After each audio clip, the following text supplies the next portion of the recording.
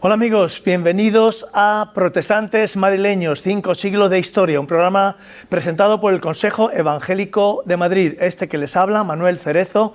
Hoy tenemos con nosotros a José de Segovia. José de Segovia es escritor, periodista, historiador y además pastor evangélico. Y el tema de hoy tiene que ver con este libro que ven en pantalla, Protestantes Madrileños, 5 siglos de historia, que es escrito por nuestro querido y admirado Gabino Fernández, que nos dejó en el 2022, pero que su legado permanece con nosotros. Buenos días, buenas tardes, buenas noches, depende de quién nos esté viendo. ¿Qué tal, José? ¿Cómo estás? Encantado aquí de recordar la historia y hacer este homenaje a Gabino. Bueno, fenomenal. Pues en nuestro segundo episodio, hoy queríamos empezar por un poquito la historia en Madrid, de ese protestantismo del siglo XIX, siglo XX, y bueno, queríamos hablar de Jorge Borrow. Cuéntanos, ¿quién era el famoso George Borrow? Pues la Biblia en España tiene mucha importancia porque es el inicio de todo. O sea, si no fuera por la escritura traducida en el siglo XVI, realmente no hubiera habido un movimiento de reforma, de renovación espiritual, de cambio de tantos individuos en una fe más cercana al Evangelio. Entonces, George Borrow fue una figura clave, no solamente porque escribió el libro que se llama La Biblia en España, que no es una historia de la traducción de la Biblia en nuestro idioma, sino de sus viajes en nuestra península, desde que viene en plena guerra entre carlistas y isabelinas, 1832, empieza a viajar por todo nuestro país, hace 3 viajes largos en los cuales se establece, y en uno de ellos ya encuentra en Madrid el lugar en el cual quiere publicar el Nuevo Testamento sin notas. Borrow no conocía la versión de los reformadores de Reina Valera. Utiliza una versión católica, que es la del Padre Escío, pero sin notas. Esto estaba prohibido y sigue siendo algo rechazado por la autoridad católica romana. Entonces le hizo objeto de persecución la traducción de la Biblia. Él es un personaje aventurero, bastante excéntrico. Borrow se cría en Inglaterra con gitanos, ¿no? Hijo de un militar que había estado en las guerras napoleónicas y que tenía una personalidad muy excéntrica, ¿no? Él sufría incluso de depresiones que progresivamente se van dando en su vida, pero tenía siempre un gran llamado a riesgo, ¿no? Y entonces él llega a ir a Rusia, ¿no? En pleno conflicto también por las sociedades bíblicas, también tiene que ver con una versión de la Biblia en Manchuria, y finalmente es en España donde dice que encuentra su lugar de acción y donde estaba su corazón. Él se establece en la calle Santiago de Madrid, ¿no? durante meses en la publicación del libro, y es ahí donde vive toda la realmente intolerancia que hay, ¿no? Pero también con el apoyo que Mendizábal le había dado de que podía iniciar la actividad de la Sociedad Bíblica en España. Ajá. Es conocido en Madrid y bueno, se hace famoso y se le llegó a llamar Don Jorgito el Inglés. Cuéntanos de qué viene esto. Don Jorgito el Inglés, que era como la gente le conocía, claro, era toda una personalidad, una figura realmente muy colorida. Él era, como hemos dicho, bastante excéntrico, era un personaje muy atractivo, pero le llamaba mucho la atención el mundo de lo marginal. Él siempre se movía con gitanos y de hecho traduce el Evangelio de Lucas al idioma de lo que se llamaba entonces los Tincali, que escribió un libro sobre ellos, los gitanos españoles, ¿no?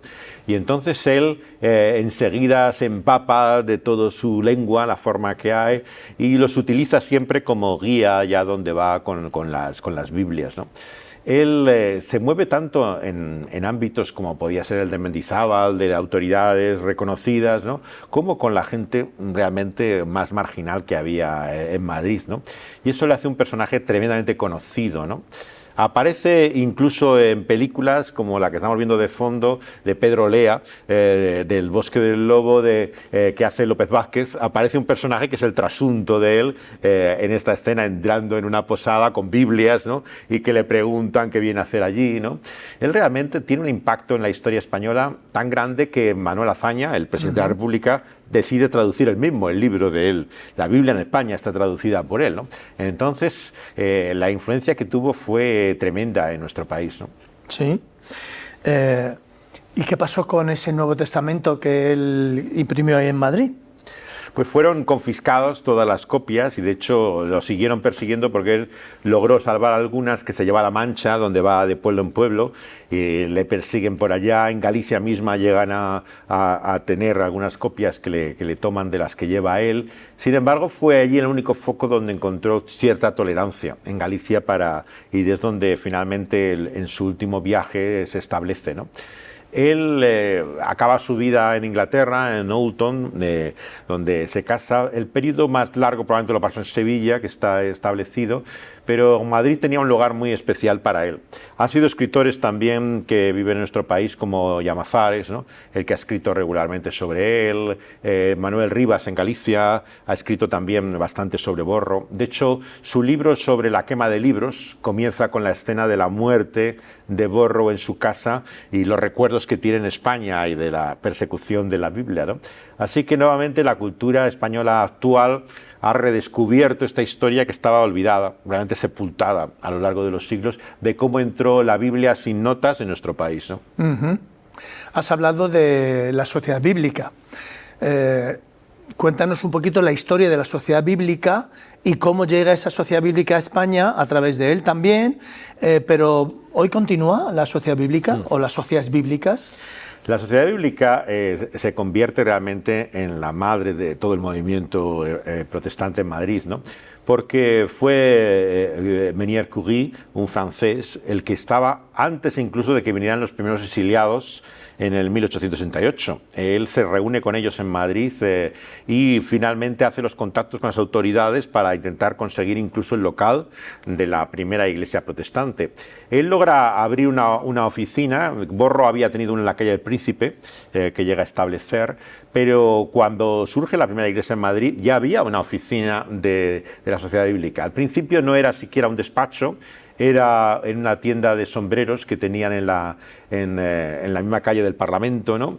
Ahí en la calle de San Jerónimo estaba la sombrerería y entró un tipo con una pistola, disparó el sombrero creyendo que era el protestante que tenía las Biblias y esto hizo que corriera por todo Madrid la noticia de que iban a matar al predicador protestante que iba a comenzar los primeros cultos en Madrid, ¿no? Así que la sociedad bíblica fue precursora en todo esto, ¿no? Y realmente mantienen a lo largo de un periodo increíble de tiempo el trabajo incluso en sitios donde no hay iglesias, el trabajo de colportores, ¿no? Todos los pueblos de Madrid y de toda nuestra península donde viajan con mulas, caballos, en condiciones increíbles, llevando copias de la escritura donde no había iglesias protestantes para que la gente lo leyera. Y cuando llegaban luego misioneros, ¿no?, y predicadores, se daban cuenta que había gente que había sido cambiada solamente leyendo el libro, considerando la Biblia y comparando lo que conocían en la iglesia de ella, su vida se vio transformada y cambiada por esa palabra de Dios, ¿no? Bueno, José, has hablado de algunas vicisitudes que pasó Jorge Borrow en algunos momentos. Sé de un momento en que precisamente la imagen que estamos viendo al fondo es el Palacio de Santa Cruz, donde estuvo detenido. ¿Por qué y cómo se libró? Borrow es apresado a causa de la impresión del Nuevo Testamento sin notas del Padre Estío. Entonces es puesto en la cárcel un periodo considerable de tiempo y el diario británico The Times publica la noticia, se pone en marcha el aparato diplomático. Esta cárcel, que estaba en los sótanos que todavía se ven desde el suelo del Palacio de Santa Cruz, que es del Ministerio de Asuntos Exteriores, se usaba para extranjeros y personas especialmente nobles o ilustres que no querían poner en la prisión general, sino que ponían en unas celdas en mejores condiciones, entendemos, ¿no?